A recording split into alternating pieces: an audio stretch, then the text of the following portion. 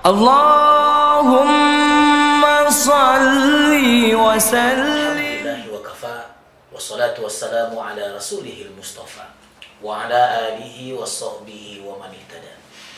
Ashhadu an la ilaha illallah wahdahu la syarika lah wa ashhadu anna Muhammadan abduhu wa rasuluh la nabiyya ba'da.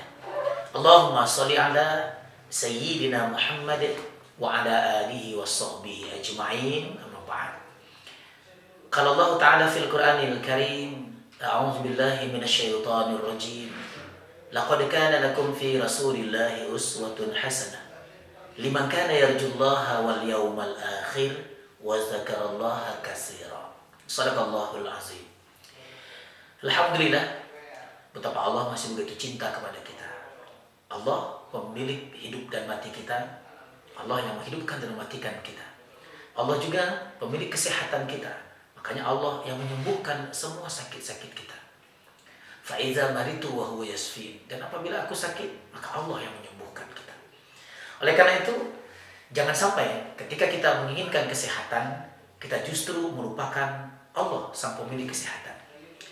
Hari ini banyak sekali orang yang ingin mendapatkan kesehatan. Mereka mencarinya dengan berbagai macam cara. Ada yang dengan berolahraga secara teratur, ada yang dengan mengkonsumsi makanan-makanan yang bergizi, ada yang mengurangi makanan-makanan yang akan menyebabkan dia naik ke berat badannya ataupun naik kadar gulanya, naik lemak darahnya. Semua itu dilakukan dengan satu tujuan, agar mereka mendapatkan kesehatan. Walaupun kesehatan bukan segala-galanya, tapi segala-galanya dimulai dari sebuah kesehatan. Nikmatnya ibadah sholat kita, ada kalanya karena sehatnya kita. Bisa kita bayangkan ketika katakanlah asam urat kita sedikit agak lebih. Sehingga mungkin sendi-sendi kita agak susah ketika kita melakukan sholat. Umpamanya ketika kita sedang duduk antara dua sujud. Mungkin ada kaki kita yang kejepit, sehingga itu menyebabkan sakit dan tidak nyaman membuat kita ibadah. Atau ketika kita harus menekukkan kaki kita, ternyata kaki kita bisa tidak tertekuk. Hanya bisa diluruskan. Otomatis ini pasti akan mengurangi khusyuknya ibadah kita. Oleh karena itu, Nabi pernah mengatakan kita bahwa ada dua nikmat besar yang Allah berikan kepada umatku, tapi mereka kurang mensyukurinya. Yang pertama nikmat kesehatan, dan yang kedua adalah nikmat kesempatan. Jadi kesehatan itu adalah nikmat dari Allah Subhanahu wa Ta'ala. Makanya Nabi mengingatkan kita, gunakan yang 5 sebelum datang yang 5. Salah satunya apa? Gunakan masa sehatmu sebelum datang sakitmu.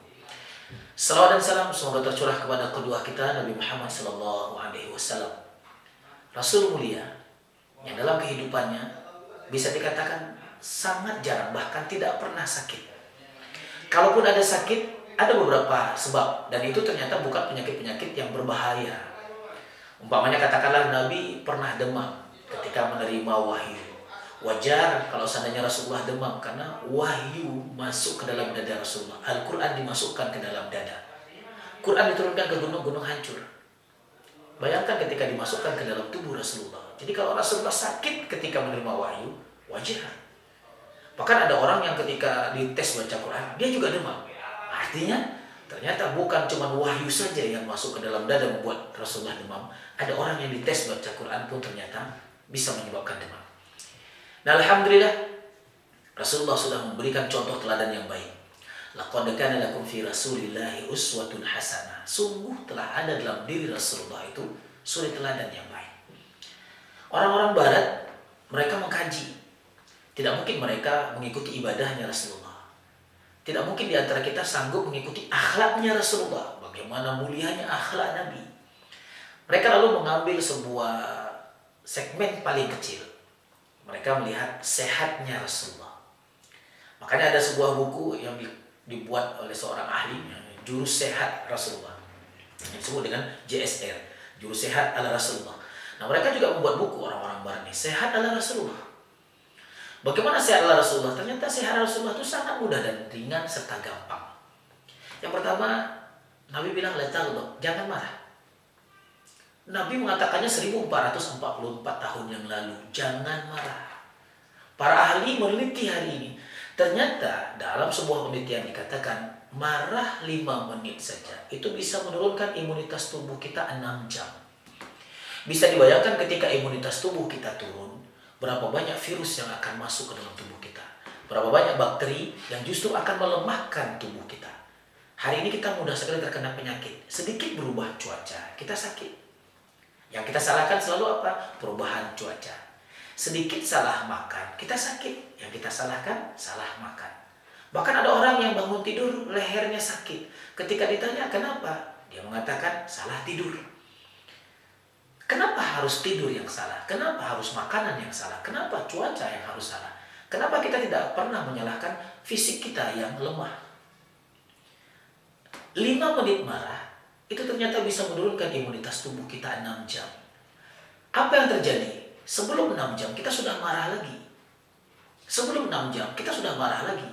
Hari ini banyak hal yang sebetulnya sangat sepele dan justru tidak perlu marah, tapi kita marah. Di lampu merah, belum lagi waktunya hijau, masih katakanlah sedikit kuning. Orang masih berhenti. Kuning itu belum berjalan. Karena setelah kuning ada hijau, tapi kita sudah tidak sabar. Kita sudah klakson, kita sudah marah-marah. Saat itu imunitas tubuh kita turun. Atau katakanlah ketika sedang berjalan mungkin macet sedikit. Kita sudah marah, kita sudah emosi.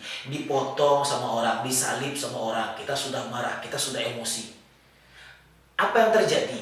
Kalau setiap hari, setiap waktu dalam 24 jam itu, belum lagi 6 jam kita sudah marah. Belum lagi 6 jam kita sudah marah. Maka semakin lemahlah imunitas tubuh kita, maka akan semakin banyaklah virus dan penyakit yang akan datang dan masuk ke dalam tubuh kita. Ketika virus itu sudah masuk, sedikit saja ada pemicunya, maka kita akan mudah sekali terkena penyakit. Hari ini banyak orang yang menginginkan kenikmatan hidup lebih panjang. Alangkah nikmatnya ketika diberikan umur, mereka bisa menikmatinya lebih panjang.